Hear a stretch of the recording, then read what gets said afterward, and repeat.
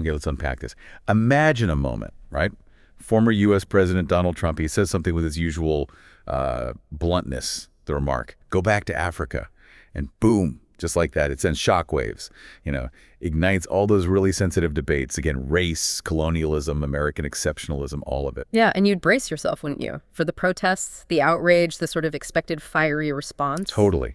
But then Yeah. something else happened, something surprising. Not anger, but this profound calm. And that calm is really fascinating. That's what our deep dive is about today, this remarkable quiet defiance from Ibrahim Traoré. We want to go beyond just the headlines. It's not just what happened. We need to explore why this specific exchange might signal a real shift, in global power, in African leadership. Right. Our mission here is to really get under the skin of this calm, calculated silence. What does it actually mean? And Ibrahim Traoré is right at the center of this. His name is popping up everywhere now, way beyond Burkina Faso. He's a young military captain, rose to power when things were really turbulent politically in his country. His path was, well, unusual. Definitely. But what really sets him apart, I think, why he's become this figurehead, is that calm presence you mentioned. His military background gives him discipline, and he's completely unapologetic about his Pan-African ideals. Can you elaborate slightly on those ideals for context? Sure. Pan-Africanism, essentially, it's this belief in the unity, the solidarity of African peoples. It often champions self-determination, pushing back against outside influence. So Traoré has become this potent symbol of resistance against what many see as neocolonial interference, foreign exploitation. Yeah. That subtle, continuing influence from former colonial powers. That's a really important distinction, and it leads straight to these wildly different views of him, doesn't it? Absolutely. In the West, the media often paints him as controversial, maybe even dangerous. But then you look at perceptions within Africa, and for many, he's seen almost as a liberator. Yeah, like he embodies this new generation of leadership, one that's choosing a different path, a more assertive one. Okay, so let's circle back to that spark. Trump's remark. The setting is key here. It was during a press event, and he was asked specifically about Africa, about this growing resistance to Western influence. He didn't hold back. No, he didn't. He said, and this is a direct quote, if these guys don't like how we run things, they should go back to Africa. Oof. And that comment, well, our sources showed immediately through fuel on the fire.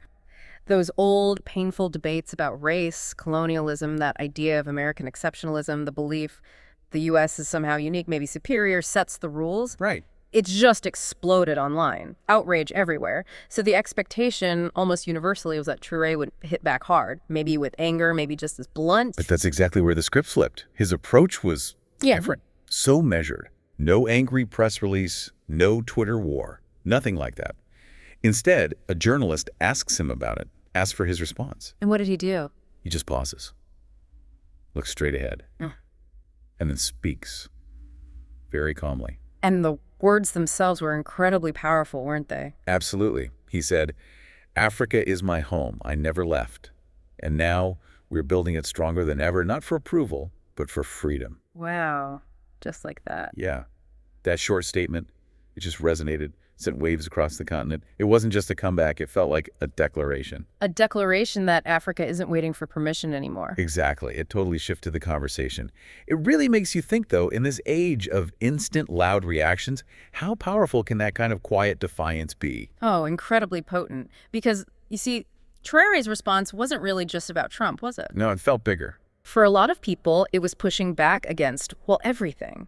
Every policy, every sanction, every insult Africa has arguably endured from former colonial powers. When he says, Africa is my home, I never left. That cuts deep, right? It challenges centuries of narratives portraying Africa as this place to be managed or extracted from or even sent back to. It's like reclaiming identity.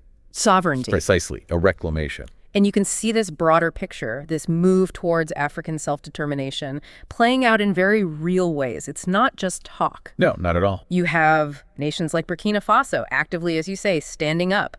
They're investing in their own gold refineries, for instance. They're pushing back on foreign-imposed election timelines. They're reclaiming their own stories. Exactly. Taking control economically, politically. So it's tangible stuff. Very tangible, which is why, for many observers, Traoré represents less of a threat and more of a reset, a return to what they see as genuine self-determination, not leadership that needs a stamp of approval from the West. It signals a fundamental shift in perception, moving away from seeing African leadership through a lens of dependency towards one of agency. So let's get into that discomfort then. Why does the West, or parts of the West, seem so uneasy, almost panicked, by Traoré's rise? What are the sources telling us? Well, the core reasons seem pretty clear. It's because this directly challenges that established control, those existing global power structures.